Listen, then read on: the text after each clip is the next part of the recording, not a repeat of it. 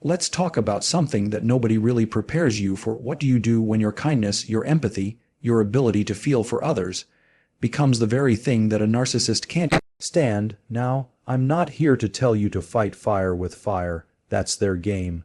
I'm here to show you how your empathy, the very thing that they tried to make you feel ashamed of, is actually the biggest mirror they can't look into. See, narcissists want control. They feed on reactions. They want you to bend, break, and beg for their approval. But when you step into what I call super empathy, that deep, unshakable self-awareness of who you are and how you care, you stop giving them what they want. And that drives them crazy. This isn't about revenge. This is about taking back your peace. And if you've ever felt like someone's tried to weaponize your compassion against you, stay with me, because by the end of this, you'll see why your greatest pain can turn into your greatest power. Narcissists thrive on control, chaos, and reactions. Super empathy starves their supply by refusing to play their game. Boundaries, not battles, disarm manipulation. Calm empathy reflects their emptiness like a mirror. Your peace is their torture. They can't stand not being in control. Super empathy turns pain into power, breaking the cycle. Narcissists thrive on control, chaos, and reactions. Let's start with the heart of the matter. If you've ever dealt with a narcissist, you already know this truth deep in your bones. They thrive on control. They thrive on chaos, and above all, they thrive on your reaction. Think about it. Every time you've raised your voice, explained yourself 100 times, or begged them to just understand, that was fuel for them. Every frustrated sigh, every late night argument, every tear shed in private, that was oxygen to their fire. Why? Because narcissists need control like the rest of us need air. See, for them, control isn't just about power, it's about survival. Their entire sense of identity is fragile. It's built on smoke and mirrors, on keeping up the image of being in charge, superior, untouchable. And the second that control slips away, they panic. They lash out. They double down. Now let's add chaos to the mix. Because here's the thing, chaos is their playground. They create confusion, contradictions, and moving goalposts. They'll say one thing today, another thing tomorrow, and then blame you for not keeping up. You'll find yourself second, guessing, replaying conversations, wondering if you misheard or misunderstood. But you didn't. That's the trick. Chaos keeps you off balance. When you're dizzy, when you're scrambling to find steady ground, they get to look like the one who's in control. It's a tactic, not an accident.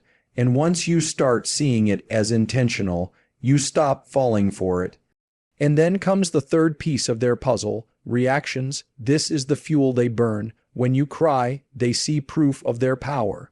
When you yell, they see proof of their dominance. When you explain, and explain again, they see proof that you are trapped in their game. To a narcissist, your reaction is the trophy. It tells them, I matter enough to shake you. It validates their twisted sense of importance. But here's the part they don't want you to know. Your reaction isn't just fuel for them. It's also your greatest weapon against them. Because once you learn to stop reacting, once you learn to respond with calm instead of chaos, silence instead of over-explaining, boundaries instead of begging, you take away their air supply. Now let's dig deeper into each element. Control. They want the last word. They want the steering wheel of every relationship. They want to decide when you speak, how you feel, what you think. If they can convince you that you don't know your own mind, that you can't trust your own memory, they win.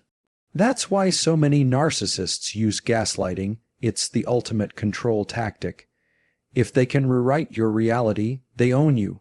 Chaos, they stir drama in families, workplaces, friendships, anywhere they go. Why? Because in chaos, people look for a leader, and they want to be the one who steps in, acting like they're the solution to the very storm they created.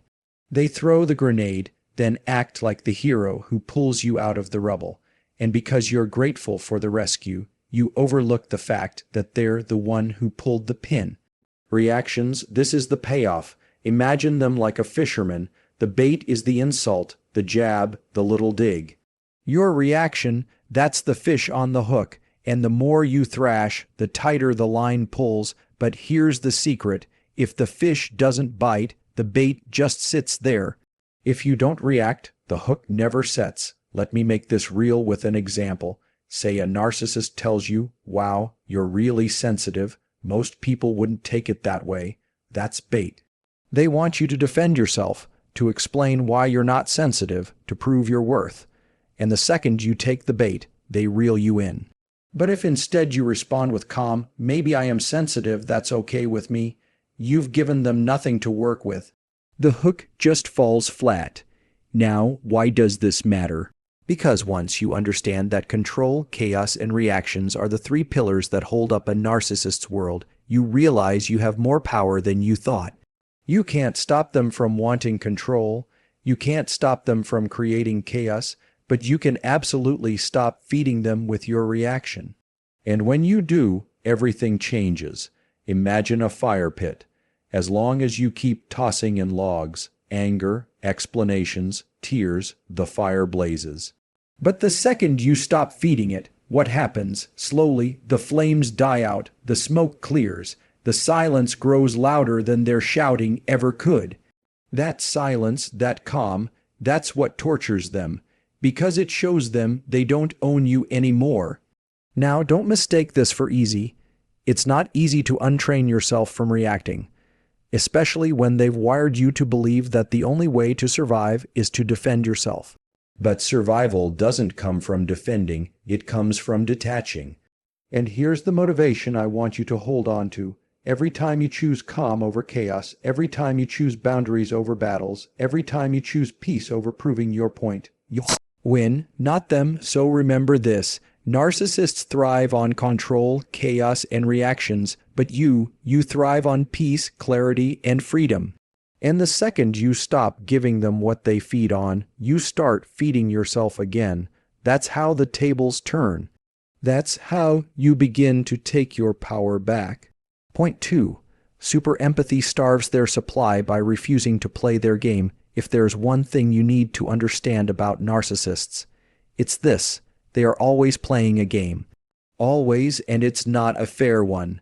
It's not a game with rules, boundaries, or sportsmanship. No, it's rigged from the start. Their only goal is to win, and the way they win is by making you lose yourself. But here's where the tables turn. Because when you step into super empathy, you stop playing. And when you stop playing, they stop winning. Now, let's pause here. What do I mean by super empathy? Super empathy isn't just kindness. It isn't just caring. And it's definitely not weakness. Super empathy is empathy plus awareness. It's the ability to feel deeply and see clearly. It's when your heart and your boundaries team up. You're not just compassionate, you're conscious of how your compassion is used. And that awareness is what starves a narcissist's supply. See, narcissists are like emotional vampires. They feed on attention, on drama, on your willingness to dance with them in their toxic game. Every jab, every insult, every guilt trip, it's bait. And the second you take it, they're fed. But super empathy looks at the bait and says, "I see what you're doing and I'm not biting. Let's break this down." 1. Refusing to argue on their terms. Narcissists love to argue, not because they want resolution, but because they want reaction. They'll twist words, deny facts, and flip blame until you're exhausted. And the moment you raise your voice, they smirk inside because you're playing. Super empathy refuses that game. Instead of yelling back, you stay calm. Instead of defending every accusation, you say less. Sometimes you say nothing at all, and that silence, that calm, it starves them. They wanted fireworks, and you gave them a blank sky. 2. Refusing to chase their approval, another favorite game. Dangling approval like a carrot on a stick. They'll praise you one day, then withhold it the next.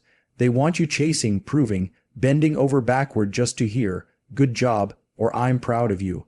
But super empathy doesn't chase.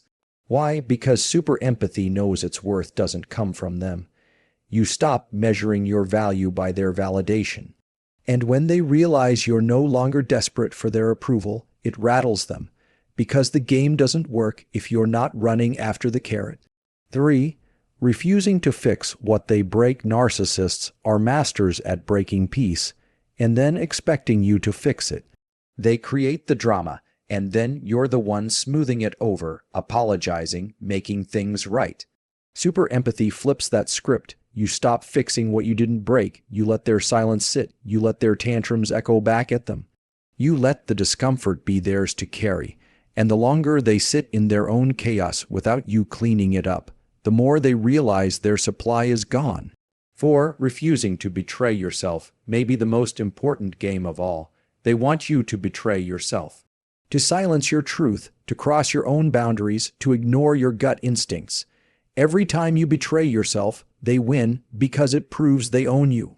But super empathy doesn't betray itself. Super empathy listens to that gut feeling and honors it. It says, I can care about you, but I won't sacrifice myself to do it. And that's the kind of strength a narcissist cannot stand. Now, let's go deeper into why refusing to play works so well. Narcissists are addicted to supply. Supply is anything that makes them feel powerful. Your fear, your praise, your anger, your tears. Take that away, and they feel exposed, empty, irrelevant, and there's nothing more terrifying to them than irrelevance. It's like a bully in a schoolyard. As long as the other kids cry, run, or fight back, the bully feels strong. But imagine if every time they shoved someone, the kids just looked at them calmly and walked away. No reaction, no fear, no drama. What happens then? The bully loses their audience, and without an audience, their act falls apart. That's exactly what super empathy does. It walks away from the act. It doesn't clap for the performance. It doesn't argue with the script. It simply refuses to show up for the show at all. And without your participation, the narcissist's game collapses. But let's be honest, this isn't easy. Refusing to play requires strength. It requires patience. It requires sitting in discomfort when every part of you wants to defend, explain, or fight back. And that's why it's called super empathy, because it's empathy that has grown through fire. It's empathy that has learned that protecting your peace isn't selfish, it's survival. Here's the motivation I want to leave with you. Every time you refuse to play their game, you're training yourself in power. You're teaching your nervous system that calm is stronger than chaos. You're proving to yourself that your value doesn't shrink just because they don't see it. And here's the best part, the more you practice, the more natural it becomes. Soon, their games stop even tempting you. Their bait doesn't even smell like food anymore. You see it for what it is, empty, desperate, and beneath you. So, remember this. Narcissists may thrive on their games, but they only work if you agree to play. Super empathy starves their supply by standing still while they flail, by staying calm while they shout, by holding your worth while they try to tear it down. And when you stop playing, that's not just survival, that's victory. Boundaries, not battles. Disarm manipulation when it comes to narcissists. There's one mistake most of us make at first. We fight to be understood. We fight to be heard. We fight to prove the truth. And what happens? We walk away exhausted, drained, and no closer to peace. Because here's the secret. Narcissists don't want resolution. They want the fight. The battle is the point. That's why battles don't work. Every time you argue, plead, or push back, you're stepping onto their battlefield. And guess what? They built that battlefield. They know every trap, every trick, every landmine. They've been rehearsing this fight for years. But boundaries change the game completely. Boundaries aren't about controlling them. Boundaries are about controlling you. They're not about winning an argument. They're about protecting your peace. And when you put your energy into boundaries instead of battles, manipulation has nowhere left to land. Why battles fail? Let's get real for a second. Why do we fight with narcissists? Because deep down, we hope this time it'll work. This time, maybe they'll finally listen. This time, maybe they'll finally admit they're wrong. This time, maybe we'll get closure. But here's the hard truth. Narcissists don't fight to listen, they fight to win your logic, your evidence, your feelings. They don't matter to them. They'll twist it, flip it, deny it, or weaponize it against you. So you end up fighting harder, raising your voice, repeating yourself. And all the while, they're feeding on it. They're getting exactly what they want, your energy, your frustration, your attention. That's why battles drain you, but never change them. Why boundaries work. Boundaries, on the other hand, are different. Boundaries are not about changing them, they're about protecting you. When you set a boundary, you're saying, I decide how I will be treated. I decide what I will and won't allow. I decide where my energy goes. And the moment you shift from battling to boundary setting, you starve manipulation, because manipulation only works when they can pull you into their storm. Boundaries anchor you outside of it. Think of it like this. Battles happen in the ring. Boundaries happen outside of it. They're trying to throw punches, but you're not even in the fight anymore. You're standing outside, calm, steady, untouchable. Examples of boundaries in action. Let's make this practical. Battle. They yell at you, and you yell back. Boundary. They yell at you, and you calmly say, I'm not going to stay in this conversation if it continues like this. And then you leave the room. Battle. They guilt, trip you into doing something you don't want to do, and you argue about why it's unfair. Boundary. You calmly say, no, that doesn't work for me, and you stop explaining. Battle. They twist your words, and you spend hours clarifying what you meant. Boundary. You calmly say, you're free to interpret it however you like. I know what I meant. And you walk away. See the difference. Battles are about proving. Boundaries are about protecting. The power of calm consistency now. Boundaries only work if you're consistent. A boundary isn't a one-time line in the sand. It's a daily practice, and narcissists will test you. They'll push, poke, and prod, hoping you'll crack. They'll say, see, you never mean what you say. I knew you'd give in. But the power of a boundary comes from holding it calmly, over and over again. Not with anger, not with shouting, but with steady, quiet strength, because here's the thing, narcissists know how to fight, they don't know how to handle calm consistency. It confuses them, it disarms them, it shows them their usual tactics don't work anymore. Boundaries as self-respect at the core, boundaries are really about self-respect. They say, I value my peace more than your approval. I value my well-being more than winning this argument. I value myself enough to walk away from what hurts me. And that's exactly what manipulation can't survive. Manipulation only works when you're desperate to be liked, desperate to be approved, desperate to keep the peace at any cost. Boundaries remove that desperation. They replace it with dignity. The ripple effect, here's the beautiful part. Once you learn to set boundaries with a narcissist, it doesn't just change that relationship. It changes you. You stop over-explaining at work. You stop saying yes when you mean no with friends. You stop letting guilt make your choices for you. Boundaries in one area of your life ripple into every area. They build confidence, they build clarity, they build peace, and over time you realize something powerful. You never needed the battle. You only needed the boundary, a story to hold on to. Imagine you're walking down the street and a stranger throws mud at you. You have two choices. You can stop, throw mud back, and end up just as dirty as they are.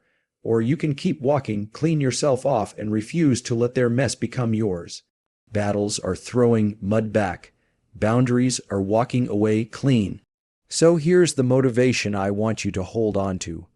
Every time you choose a boundary over a battle, you're not just disarming manipulation, you're reclaiming your power. You're saying, I won't waste my life in pointless fights. I won't spend my energy proving myself to someone committed to misunderstanding me. I choose peace, I choose me. And that's how you win, not by fighting harder, but by refusing to fight at all. Calm empathy reflects their emptiness like a mirror. If you've ever stood in front of a narcissist during one of their storms, the yelling, the blaming, the finger. Pointing, you've probably felt the pull to match their energy, to fight back, to raise your voice, to show them you won't be pushed around. But here's the twist. That's exactly what they want. They want chaos. They want you spinning, shouting, unraveling.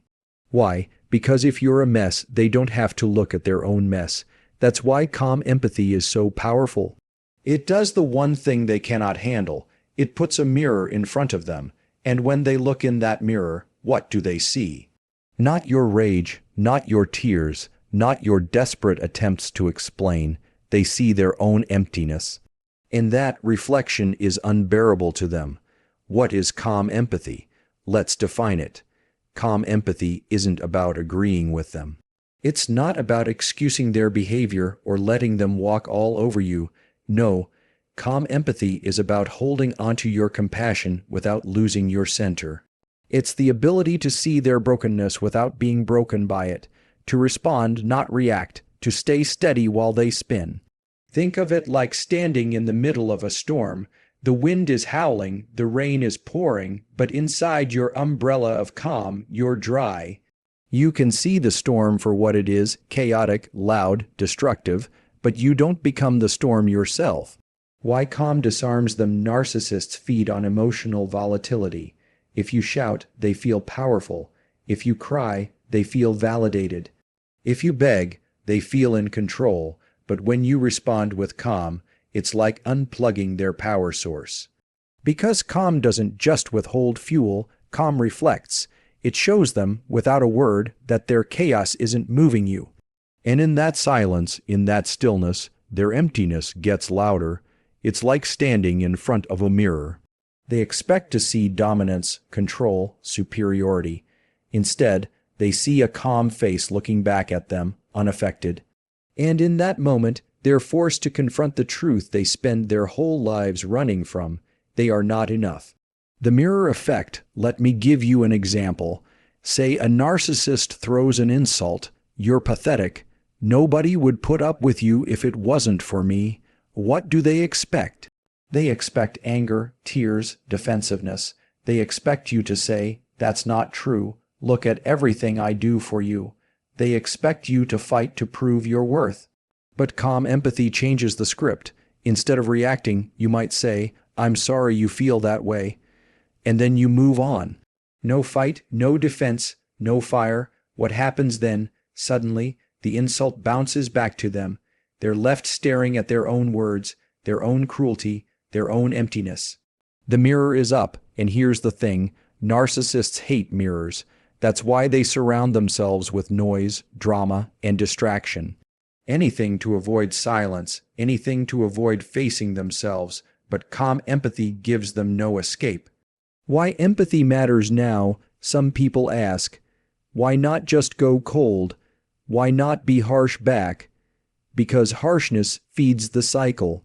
It keeps you in the game, and here's the deeper truth. Empathy isn't weakness, it's strength. It takes strength to stay calm in the face of chaos. It takes strength to see their pain without letting it become your own. And when you hold that empathy, you remind yourself of who you are. You're not sinking to their level, you're not becoming like them, you're staying rooted in your own values, your own peace, your own integrity. That's why it's calm empathy, not cold indifference, that reflects their emptiness so clearly, because it says, "I see you.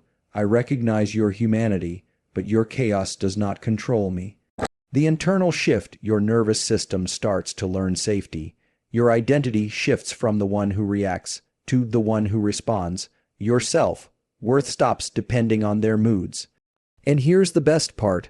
The more you practice calm empathy, the stronger you become. Their storms stop rattling you the way they used to. Their words don't pierce as deeply. Their silence doesn't shake you. You start realizing that the reflection in the mirror isn't just theirs, it's yours too. You see yourself as calm, steady, powerful, and that image changes everything. Practical ways to practice calm empathy: pause before you respond. A few seconds of breathing can stop a reaction from spilling out. Use short, steady phrases. "I hear you. I see it differently. That doesn't work for me." No over-explaining. Maintain neutral body language. calm voice, relaxed face, steady tone. That's the mirror. Exit calmly when needed. Calm empathy doesn't mean staying in abuse. Sometimes the calmest choice is walking away. A story to remember: picture this. You're at a lake.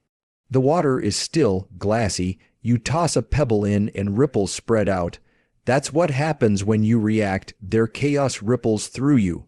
But now imagine you don't toss a pebble at all. The water stays still, reflective, calm. When the narcissist leans over that lake, expecting to see chaos, all they see is their own face staring back at them. So here's the truth I want you to hold. Calm empathy doesn't mean you approve of their behavior. It doesn't mean you excuse it. It means you refuse to be consumed by it. And that calm, that reflection, that's their torment. Because when they can't drag you into the storm, they're left alone with their own emptiness. And you walk away with your peace intact, because calm empathy reflects their emptiness like a mirror, and in that reflection, you find your strength. Your peace is their torture. They can't stand not being in control. Let's cut straight to it. If you want to know the one thing that drives a narcissist absolutely crazy, it's this: your peace. Not your anger, not your tears, not your arguments, your peace, because peace is power, and to a narcissist, your peace is proof that they don't control you anymore. Why peace hurts them? Narcissists live for control. That's their oxygen. They want to know they can push your buttons, trigger your emotions, make you jump when they snap their fingers. It's how they feel powerful.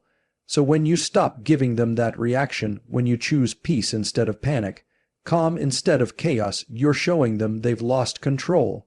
And that is torture to them. It's like trying to drive a car, but realizing the steering wheel isn't connected. They crank it left and right, but you keep going straight. No swerving, no spinning, no crash, just steady forward motion. And that terrifies them. Peace isn't passive now. Let's make this clear. Peace doesn't mean silence at all costs. It doesn't mean putting up with abuse or swallowing your feelings. No, peace is active. Peace is a decision. Peace says, I refuse to let you decide how I feel. I refuse to let you own my emotions. I refuse to let your chaos dictate my day. It's strength disguised as calm. How peace tortures them. Let's look at what happens when you choose peace. Their insults bounce back. They throw words meant to sting, but when you stay calm, the words just hang in the air. They expect fire. You give them stillness.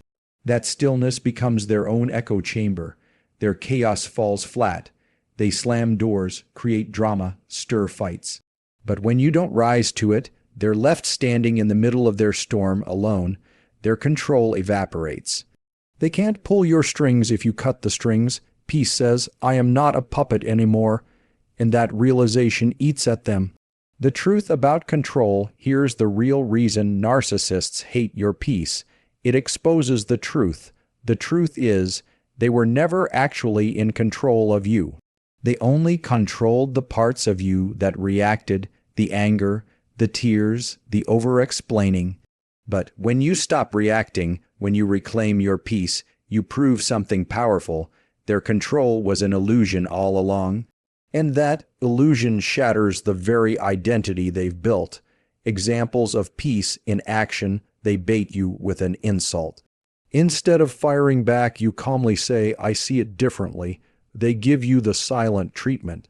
Instead of chasing, you use the silence to enjoy your own company. They guilt trip you. Instead of defending yourself, you say, that doesn't work for me, and leave it at that. Every calm response is like a wall going up between you and their chaos, and with every wall, their access to your emotions shrinks. Peace as self-respect. Let's go deeper. Peace isn't just for them, it's for you. Peace is a gift you give yourself. It's the moment you decide, I will no longer be an emotional hostage. And here's the beautiful irony: the very thing that heals you, your peace, is the very thing that hurts them. Because they can't stand watching you build a life outside their control. The ripple of peace: when you step into peace, you don't just protect yourself in the moment, you change the entire dynamic. Suddenly, arguments don't last for hours. Suddenly, guilt trips don't land the same way. Suddenly, manipulation feels obvious instead of convincing. And little by little, you start to notice you're free, not because they changed, but because you did. A story to hold. Imagine a chess game. For years, they've been playing against you, making moves, trapping your pieces. And every time you've fought back trying to win, but one day you realize something. The only way they win is if you keep playing. So you stand up, smile, and walk away from the board. They sit there staring at the pieces, furious. Why? Because they can't win against someone who refuses to play. That's peace. The strength of quiet. Don't underestimate the strength it takes to choose peace. Anybody can yell back. Anybody can argue. Anybody can react. That's easy. But to sit in calm, to breathe when your body wants to explode, to respond with dignity when they're throwing darts, that's power. That's self-mastery, and that's what they can't handle. Because while they're stuck in noise, you've moved into quiet. And quiet is where real strength lies, motivation to carry forward. So here's what I want you to remember. Your peace is not weakness. It's not avoidance. It's not giving up. Your peace is proof of your growth, and to a narcissist, it's torture. Because it shows them the one thing they fear most. They do not control you anymore, so keep your peace. Guard it, protect it, because every time you choose calm over chaos, you're not just torturing their illusion of control, you're building your real freedom. Would you like me to finish with point 6? Super empathy turns pain into power, breaking the cycle as the final 1,000-word expansion. So you'll have the full 7,000-word motivational speech drafted. Super empathy turns pain into power, breaking the cycle. If you've ever been in the grip of a narcissist, you know what it feels like: exhausting, confusing, and painful. They drain you, twist you, make you question your own worth. But here's the part they never saw coming. The very pain they caused can become the power that frees you. And that's what super empathy is all about. Super empathy takes everything you went through, the tears, the manipulation, the chaos, and transforms it into strength, clarity, and wisdom. It turns wounds into wisdom. It takes pain and builds power. And when that happens, the cycle breaks. Why pain can become power? Let's start here. Pain is energy. It shakes you, it moves you, it leaves marks. And you have two choices. Let that pain define you, or let it refine you. Narcissists want your pain to trap you. They want you stuck in shame, stuck in confusion, stuck in reaction. Because as long as you're stuck, you're under their control. But when you step into super empathy, you flip the script. You take that same pain and say, this taught me something, this woke me up, this made me stronger than I ever imagined. The pain no longer imprisons you, it propels you. What is super empathy, really? We've touched on it before, but let's go deeper. Regular empathy feels for others. Super empathy feels for others and knows how to protect itself. Super empathy isn't just compassion, it's compassion with boundaries. It's caring without self-betrayal. It's the ability to see someone's brokenness without letting it break you. And here's the secret. People who have been through narcissistic abuse often develop super empathy. Why? Because they've seen manipulation up close. They've lived through lies, gaslighting, control, and once you see it, you can't unsee it. You learn to recognize it, name it, and stop it, not just with them, but with anyone. That awareness. That's power. How super empathy breaks the cycle. The cycle of narcissistic abuse goes like this. They manipulate, you react. They control, you comply. They tear down, you try to build back. Round and round it goes, but super empathy interrupts the pattern. Here's how. Awareness replaces confusion. Where you once thought, maybe it's me, you now know, no, this is manipulation. That clarity is power. Boundaries replace battles. Instead of yelling back, you calmly walk away. Instead of over-explaining, you state your truth once and stop. The game ends when you don't play. Self-respect replaces shame. Where you once thought, I'm not enough, you now know, I deserve better. And that belief shifts everything. That's how super empathy breaks the cycle. it changes you. And once you change, the dynamic can't stay the same. The transformation of pain, think about it like this. Gold is refined by fire. Diamonds are formed under pressure. Muscles grow by tearing and rebuilding. In the same way, your pain under a narcissist can become the fire, the pressure, the resistance that makes you stronger. Yes, it hurt. Yes, it left scars, but those scars aren't weakness, they're proof of survival. They're proof that you lived through something meant to destroy you and came out wiser, clearer, tougher. That transformation is what super empathy is. A practical example before super empathy, they give you the silent treatment. You panic, you chase, you beg them to talk. After super empathy, they give you the silent treatment. You smile, breathe, and use the quiet time to do something that fills you. The silence that once tortured you now becomes your peace. That's pain turned into power. Super empathy beyond the narcissist. Here's the best part. Super empathy doesn't just free you from one narcissist. It reshapes how you live everywhere. In friendships, you stop tolerating people who take more than they give. At work, you stop letting toxic coworkers manipulate you into carrying their load. In family, you stop playing the role of fixer or rescuer when it costs you your peace. Super empathy makes you stronger in every area of life. It breaks the cycle not just with one person, but in every relationship moving forward. A story to hold: imagine a cracked vase. At first glance, it looks ruined, but then, instead of throwing it away, you fill the cracks with gold. That's an ancient Japanese art called kintsugi, repairing broken pottery with precious metals, making it more beautiful because of its cracks. That's what super empathy does. It takes the cracks left by pain and fills them with strength, wisdom, and compassion. You don't hide the scars, you honor them. They become part of your power. The motivation: so here's the truth I want you to carry. Your pain does not define you. Your pain refines you. And when you choose super empathy, when you turn that pain into wisdom, compassion, and strength, you don't just survive the narcissist. You rise above them. You break the cycle for yourself and maybe even for generations after you. Because super empathy is the ultimate revenge, living free, living strong, and living in peace. That's how pain becomes power. That's how the cycle ends. And that's how you win.